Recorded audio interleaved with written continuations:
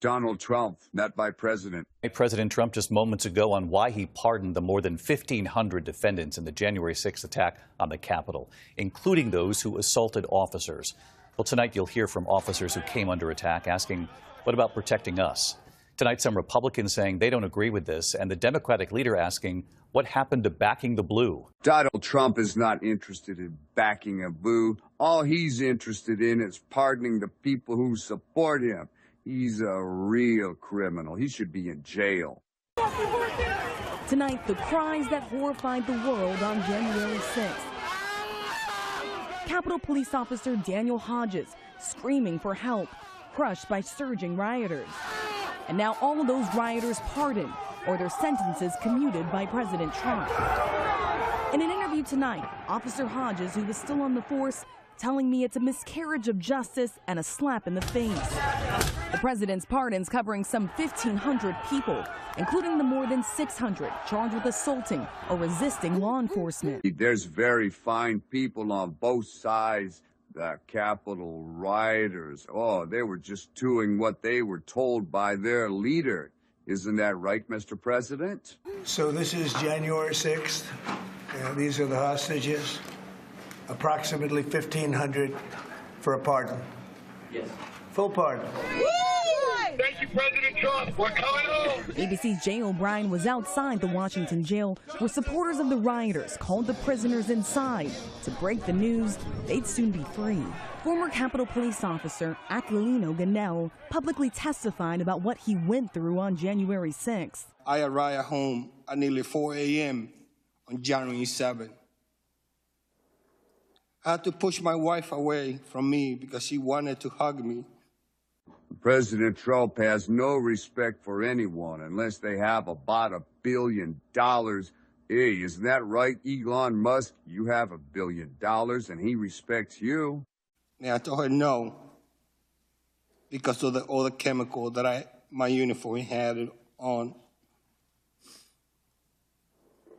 Today, former Officer Ganell calling the president's move a desecration of the men and women that risked their lives defending our democracy. Tonight, the Capitol Police Chief in an internal memo to officers saying when there is no price to pay for violence against law enforcement, it sends a message that politics matter more than our first responders. House Democratic leader Hakeem Jeffries asking whatever happened to backing the blue. But many Republican senators today reluctant to criticize the president's pardon.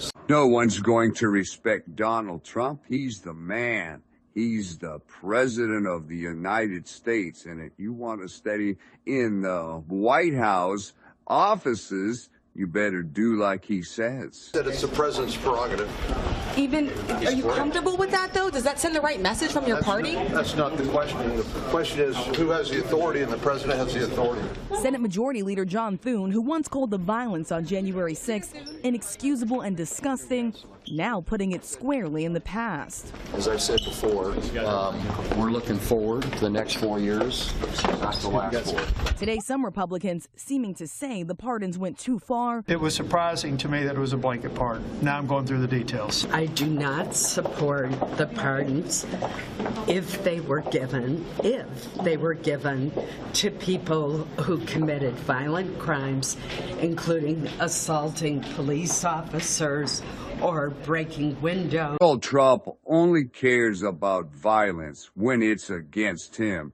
Otherwise, violence is okay. At the southern border, at the Washington, D.C. mall, it's all good. But Alabama's Tommy Tuberville says he supports the pardons 100%. But we're talking about people that were beating officers with fire hydrants, with metal batons. Is that acceptable to you? No. Those people were pardoned. No, that's not acceptable, but I didn't see it. So. What do you mean? It's on video. I didn't see it. We've got to go. You're not showing me that. I didn't see that. Tonight, the president asked if his pardons send a message it's okay to assault police officers. No, I am the friend of police, more than any president that's ever been in this office. Donald Trump is a friend of police because he wants them to deport all of the so-called illegal aliens in this country without permission.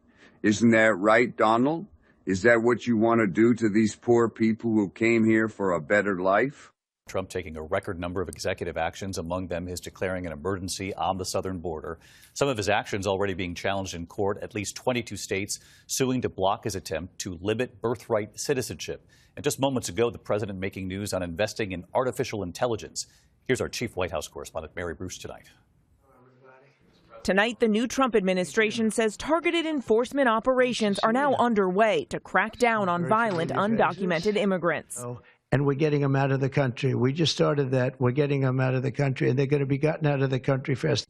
The president signing a series of executive orders targeting immigration, declaring an emergency at the southern border, allowing him to deploy the military, moving to shut down asylum admissions, even ordering an end to birthright citizenship, even though it's protected by the 14th Amendment. Donald Trump has lost his ever-loving mind. What is wrong with this man? Trying to repeal the 14th Amendment to our great Constitution here in America? The 14th Amendment states that anyone born in the United States is a citizen. And you cannot deny that, Donald Trump. What is wrong with you? This next order relates to the definition of birthright citizenship under the 14th Amendment of the United States. Yeah, that's a good one. Birthright. That's a big one. It's a long-time pledge for Trump. We're the only country in the world that does this with birthright, as you know. And it's just absolutely ridiculous. But, you know, we'll see. We have very good grounds. But tonight, 22 states from Connecticut to California filing lawsuits to block the move. This is a fundamental right enshrined in our Constitution for more than 150 years.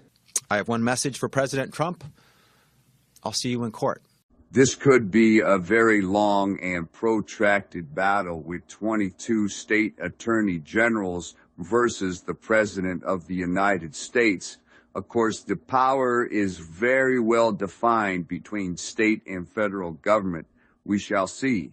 And I've met with owners of TikTok, the big owners. It's worthless if it doesn't get a permit. It's not like, oh, you can take the U.S. The whole thing is worthless. With a permit, it's worth like $1 trillion.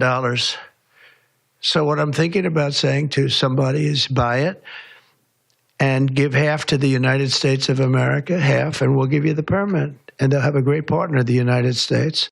We all know that Donald Trump wants to buy TikTok for his personal portfolio.